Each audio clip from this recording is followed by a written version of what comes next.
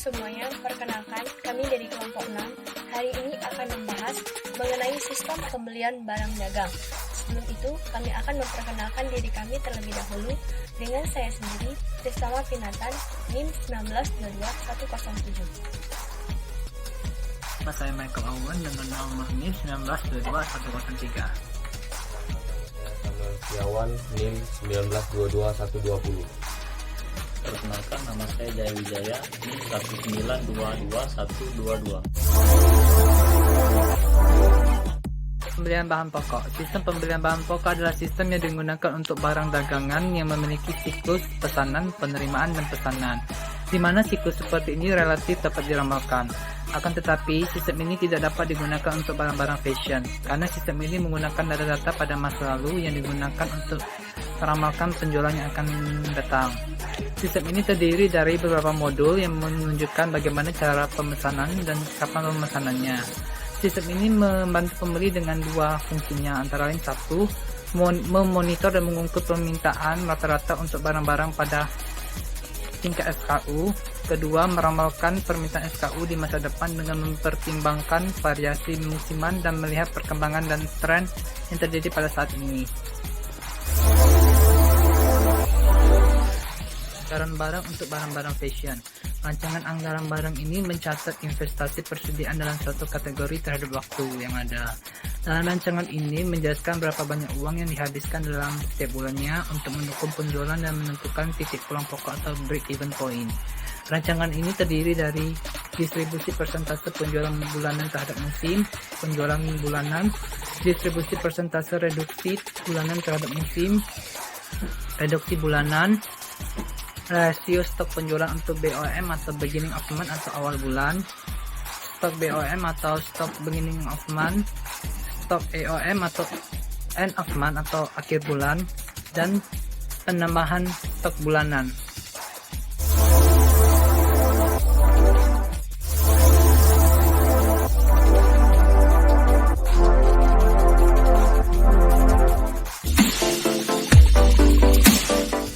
Mengalokasikan barang dagangan ke toko. Toko-toko rantai atau chain store biasanya mengklasifikasikan toko-toko mereka sebagai toko A, B, atau C berdasarkan volume penjualan potensial masing-masing. Tiap alokasi barang ke toko-toko tersebut berbeda-beda.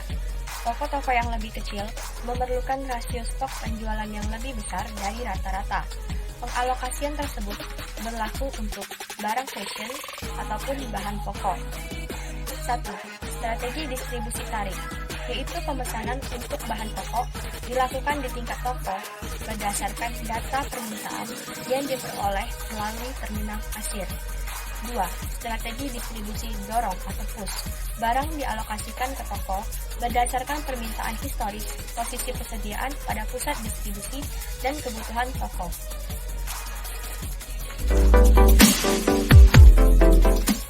Strategi penggunaan merek. Dalam hal penggunaan merek atau branding peritel dihadapkan pada banyak pilihan, seperti peritel dapat membeli merek yang sudah terkenal atau mengembangkan merek privat mereka sendiri, atau dapat juga dengan mengembangkan bauran dari keduanya. Merek pabrik atau dikenal dengan merek nasional adalah produk yang dirancang, diproduksi, dan dipasarkan oleh penjual. Alasan peritel membeli merek pabrik karena merek pabrik sudah memiliki pelanggan tetap. Selain itu, biaya promosi untuk merek pabrik juga membutuhkan biaya yang lebih kecil atau rendah, karena merek pabrik telah mempromosikan sendiri barang mereka itu. 2. Merek lisensi adalah merek di mana retail ataupun pihak yang membeli dan menandatangani surat kontrak dengan sebuah pemilik merek yang terkenal untuk mengembangkan, memproduksi, dan menjual merek tersebut. Adapun pemegang lisensi dapat berupa 1. Pihak yang memiliki kontrak dengan pabrik untuk memproduksi produk lisensi tersebut. 2. Pihak ketiga yang memegang kontrak untuk memiliki barang bermerek tersebut dan kemudian dapat menjualnya. Merek privat adalah merek produk yang dibuat dan hanya tersedia untuk dijual oleh retail tersebut. Retail yang menggunakan label privat jumlahnya relatif kecil karena beberapa sebab, yaitu yang pertama, merek nasional telah diiklankan dengan gencar di TV dan media lain, sehingga membutuhkan waktu yang lama untuk menciptakan pangsa pasar konsumen yang kuat terhadap merek privat. Yang kedua, peritel kalah bersaing dengan agresif dengan merek pabrik. Yang ketiga, banyak peritel memilih untuk tidak bersaing dengan agresif dengan merek pabrik, sehingga berdasarkan sebab tersebut, label privat memiliki reputasi yang lebih rendah dari merek pabrik. Adapun metode yang dapat digunakan oleh manajemen toko retail di dalam upaya untuk menghasilkan merek, toko atau private label, brand antara lain 1. Co-branding, 2. Maklon, yang ketiga, produksi internal. Lalu, adapun 4 kategori label privat. Yang pertama, bargain, yang kedua, premium, yang ketiga, copycat, dan paralel. Pengambilan sumber daya luar negeri. Alasan yang sering diambil peritel ketika ingin mengambil sumber daya dari luar negeri yaitu alasan harga produk yang lebih murah dibandingkan dengan harga produk yang dijual di daerah sendiri atau domestik, atau dengan kata lain yaitu lebih hemat. Beberapa hal yang perlu diperhatikan peritel ketika ingin mengambil keputusan untuk mengambil sumber daya luar negeri yaitu sebagai berikut. 1. Efek negara asal, yaitu termasuk ke dalamnya teknologi atau keahlian, biaya dan waktu pengiriman, biaya per unit barang, dan kemudahan berdagang. Yang kedua, fluktuasi mata uang asing. Yang ketiga, pajak. Yang keempat, zona perdagangan bebas. Yang kelima, biaya pengangkutan persediaan yang dapat kita hitung dengan cara biaya pengangkutan sama dengan nilai persediaan rata-rata pada biaya dikali dengan peluang biaya modal. Yang keenam, biaya transportasi.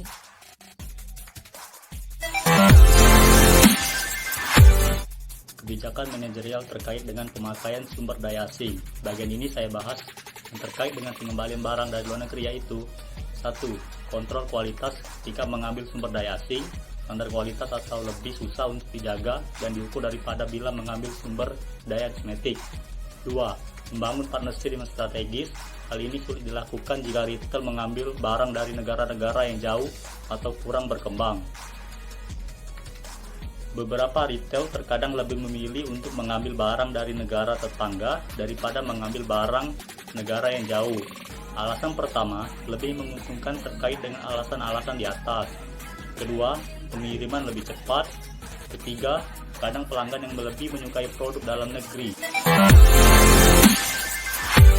Selanjutnya saya membahas berhubungan dengan penjual. 1. Pertukaran melalui internet. Salah satu inovasi adalah bursa retail. Bursa retail adalah proses elektronik yang dioperasikan sesuatu perusahaan yang memfasilitasi pembelian dan penjualan barang menggunakan internet. Beberapa fungsi pertukaran atau bursa antara lain: A. Petunjuk. Retail dapat mencari barang berdasarkan tipe produknya secara elektronik dalam internet. B. Seleksi. Pembeli dapat mempersempit ruang pencarian untuk pabrik tertentu. C. Harga. Barang dapat ditawarkan dengan harga yang tetap, di mana setiap orang membayar dengan harga yang sama. D. Kolaborasi. Retail dapat berkolaborasi dengan penjual untuk memperoleh keuntungan. E. Isi. Bursa dapat menjadi sumber informasi yang baik karena banyak menyediakan berita. Jenis pertukaran. 1. Bursa konsorsium yang dimiliki oleh beberapa perusahaan satu industri. Keuntungan bursa ini adalah dapat mengelompokkan daya beli mereka untuk mendapatkan harga lebih baik. Kedua, bursa privat. Bursa yang beroperasi untuk penggunaan eksklusif. Ketiga, bursa independen yang dimiliki oleh pihak ketiga yang menyediakan sarana elektronik untuk melakukan pertukaran. Lalu, pusat grosir memiliki kantor penjualan yang permanen di mana retail dapat mengunjungi setiap hari. Kedua, pemeran dagang. Pasar mingguan di mana penyewa tempat sementara untuk berpartisipasi di dalamnya. 3. Membeli di tempat sendiri. 4. Kantor-kantor pembelian. terakhir, bernegosiasi untuk penjual. Suatu negosiasi terjadi ketika ada dua pihak yang bertemu untuk membicarakan suatu masalah. Strategi-strategi negosiasi antara lain: 1. Pertimbangan sejarah. Pembeli perlu mengetahui hal-hal apa yang terjadi antara peritel dan penjual pada masa lalu. 2. Menanyakan di mana barang-barang tersebut sekarang. 3. Tetapkan tujuan. Beberapa tujuan dapat ditetapkan antara lain: kesempatan markup tambahan. Penjual dapat memperoleh tambahan stok karena pembatalan rekrut barang umum memindahkan barang-barang ini. 2. Aturan pembayaran.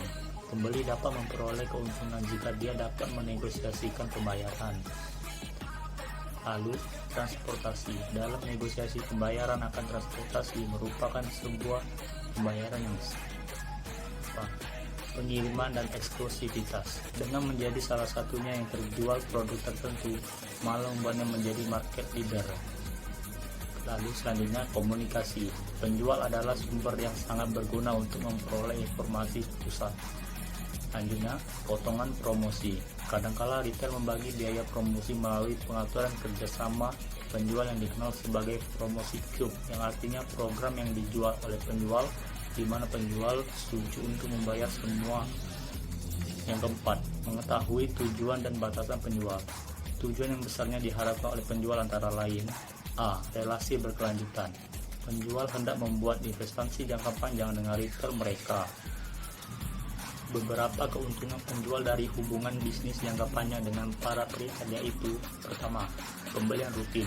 Para peritel akan melakukan pemesanan barang secara rutin karena vendor telah mengetahui pola pembelian dari peritel seperti tanggal pemesanan, jenis yang dipesan, jumlah pemesanan, dan sebagainya. Kedua, mengenal karakteristik pembelian. Hubungan jangka panjang memberikan kesempatan kepada vendor untuk mengenal karakteristik pembelian dari peritel, misalnya kebiasaan di dalam sistem pembayaran, tanggal, cicilan, dan sebagainya. 3. Menurunkan biaya operasional. Hubungan bisnis yang terjalin dengan baik dapat menurunkan biaya operasional karena tidak perlu lagi mengeluarkan biaya untuk mencari para peritel baru. B. Menguji barang baru. Cara yang paling baik untuk menguji seberapa bagus penjualan suatu produk adalah menempatkan produk tersebut pada toko, di mana kemudian pemilik toko memberikan umpan balik. C. Komunikasi. Retail dapat menjadi informasi bagi penjual melalui laporan hasil penjualan mereka. D. Etalase. Toko-toko seringkali menggunakan etalase dan penjual biasanya mereka juga melakukan itu. Lanjut yang kelima, rencanakan untuk memiliki jumlah negosiator yang sama dengan jumlah penjual. Walaupun penjual lebih kuat dan penting dalam pasar, retail akan memiliki keuntungan pada negosiasi jika jumlah penjual lebih sedikit dan jumlah negosiatornya. Yang keenam, memiliki tempat yang bagus untuk bernegosiasi. Seseorang retail akan beruntung jika tempat negosiasinya dengan penjual adalah kantor retail itu sendiri, karena apapun yang dia butuhkan ada dalam jarak yang dekat. Yang terakhir, waspadai tenggang waktu. Keputusan penjual dapat berubah di saat terakhir. Apabila terjadi tekanan, hal ini patut untuk diwaspadai. Toko retail memiliki pola persediaan barang yang reguler atau terpola pada waktu tertentu. Petunjuk untuk negosiasi tatap muka. Di sini ada 7 tips untuk bernegosiasi. 1. Pisahkan masalah. Jangan sekali-kali mengaitkan hubungan yang lain dengan bisnis, seperti pertemanan, karena hal ini dapat membuat pihak penjual tidak nyaman dalam bernegosiasi. 2. Memberi penekanan pada kriteria objektif. Gunakan kriteria objektif berupa fakta hasil penjualan di masa lalu ataupun fakta yang lain. 3. Buatlah pilihan untuk berhubungan yang saling menguntungkan. Untuk membuat pilihan ini biasanya perlu proses perencanaan yang cukup panjang, tapi harus dibutuhkan pemikiran yang cepat tanpa direncanakan pada saat negosiasi berlangsung. 4. Biarkan mereka bicara. Ada kecenderungan yang dialami di mana seorang tersebut terus bicara tanpa memberikan kesempatan orang lain untuk bicara. Apalagi jika orang yang diajak berbicara tersebut tidak merespon. 5. Tahu sejauh mana harus bicara.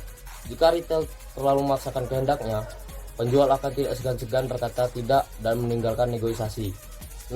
Jangan membakar jembatan. Walaupun menurut retail hasil negosiasi tersebut tidak memuaskan, jangan memutuskan hubungan dengan penjual karena di dalam pemasaran akan selalu ada kemungkinan untuk bertemu kembali. 7. Jangan berasumsi. Untuk meyakinkan bahwa tidak ada kesalahpahaman antara kedua pihak, maka setelah proses negosiasi, hendaknya review ulang pembicaraan negosiasi tersebut bahkan tidak secara tertulis. Membangun dan menjaga hubungan strategis dengan penjual. Menjaga relasi strategis. Ada 4 dasar untuk menjaga relasi strategis, antara lain: 1. Kepercayaan satu sama lain. 2. Komunikasi terbuka. 3. Tujuan yang sama. 4. Komitmen yang kredibel. Membangun relasi kemitraan. Ada 4 tingkatkan komitmen dalam sebuah relasi, antara lain: 1. Kesadaran. 2. Eksplorasi. 3. Perluasan. 4. Komitmen.